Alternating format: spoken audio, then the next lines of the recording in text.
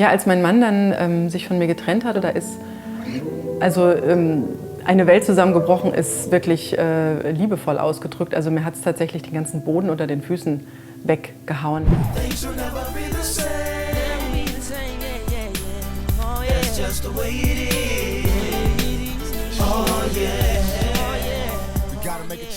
Ich bin Silke Wildner, ich bin 45 Jahre alt und alleinerziehende Mama von 2 Kindern. Bevor ich alleinerziehend wurde, war ich, wie man so schön sagt, im sicheren Schoß der Ehe gebettet. Wir hatten ein Eigenheim, ich habe meinen ersten Sohn bekommen und als ich dann schwanger wurde mit meiner Tochter, war mein Glück eigentlich perfekt. Ein Sohn, eine Tochter, ein Mann, ein Haus, alles das, was man sich so wünscht. Und dann hat er mich tatsächlich von heute auf morgen, als ich ein 14-tägiges Mädchen auf meinem Bauch liegen hatte, verlassen. Ich bin eigentlich nicht so der Gefühlsmensch. Also ich bin nicht jemand, der ständig irgendwie hoch und runter switcht in den Gefühlen, sondern ich bin eigentlich immer relativ, sage ich mal, auf Level 0, wie ich es immer nenne. Und das sind tatsächlich zum ersten Mal Emotionen, die mir da wirklich im Sekundentakt, ich habe was falsch gemacht, er hat was falsch gemacht, ich bin schuld, er ist schuld. Aber dann hat man ja die Kinder. Die nehmen das alles auf. Und das ist auch das Ding. Man konnte früher, wenn man noch keine Familie hatte, keine Kinder hatte, die Zimmertür zuschmeißen, sich aufs Bett schmeißen und heulen und die beste Freundin anrufen oder sich irgendwelche Soap-Operas 20 Tage reinziehen und dann bist du Mutter. Und dann bist du so beschränkt in dem, wie du dich ausleben und austoben kannst. Also alle kamen auch mit Glückwünschen. Die Kleine war ja gerade erst auf der Welt. Die ganze Nachbarschaft kam, herzlichen Glückwunsch und toll. Und du stehst dann da und denkst dir so, du sagst jetzt nichts. Also das bleibt hier erstmal unterm Deckel und dann fängst du an zu suchen. Dann fängst du an zu gucken, wie ist es denn für Alleinerziehende? Was bedeutet das denn für allein? Also was bedeutet das denn, alleine zu sein?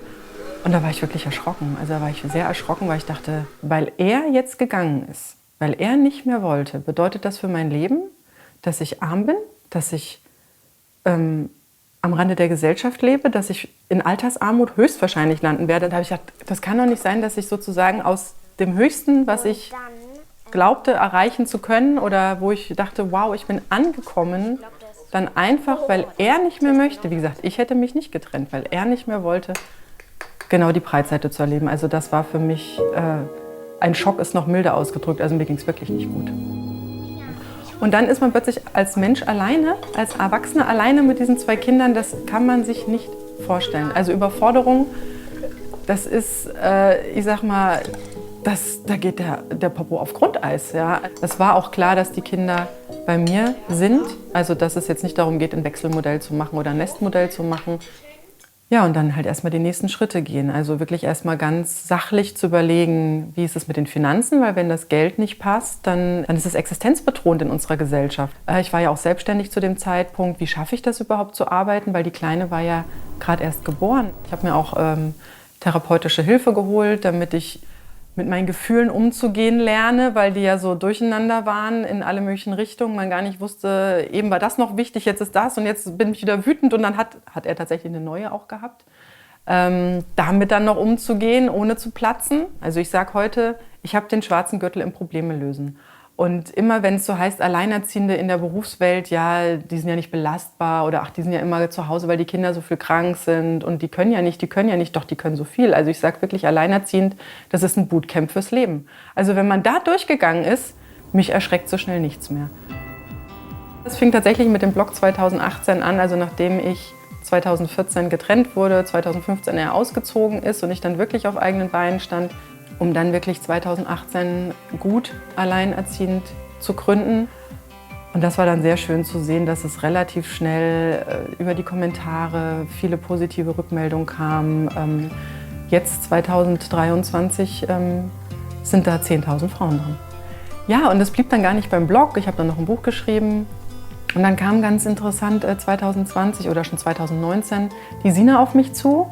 Über Instagram, also sie wohnt in Bielefeld, ich wohne hier in der Nähe von Frankfurt und sie wollten einen Podcast machen, das AE-Team. Also AE heißt in unserer Bubble, sage ich mal, alleinerziehend, also das Alleinerziehend-Team, der positive Podcast für Alleinerziehende und solche, die es werden wollen. Es gibt sehr viele Alleinerziehende aktuell. Also ich glaube, so viele Alleinerziehende wie momentan gab es noch nie. Die Frage ist ja, wie kommt man in diese Situation und wie kann man daraus etwas Gutes machen? Also es gab vorher kein gutes, positives, zumindest positiv ausgerichtetes, auch wenn es aktuell nicht gut ist, Sprachrohr. Und das ist das Erste, was gut alleinerziehend den Müttern und Frauen gegeben hat.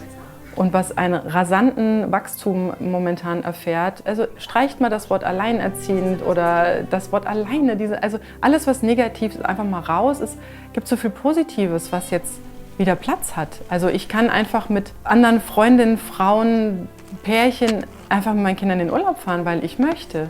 Ich kann arbeiten, wie ich möchte. Ich kann wohnen, wie ich möchte. Ich kann meinen Kindern Traditionen und Werte und Rituale machen, wie ich möchte. Und das macht mich glücklich, weil vorher war ich, also jeder, der in einer Ehe steckt oder in einer Beziehung steckt und merkt, dass man selbst vielleicht da nicht so den Raum einnimmt oder sich nicht den Raum nimmt. Und jetzt einfach, es kommt auf mich an und darauf, was ich mache. Also alles ist wieder gut, würde ich nicht sagen, es ist anders, aber es ist gut. In der nächsten Folge erfahren wir die Geschichte von Johannes und wie er vom Eishockeyspieler zum Künstler wurde.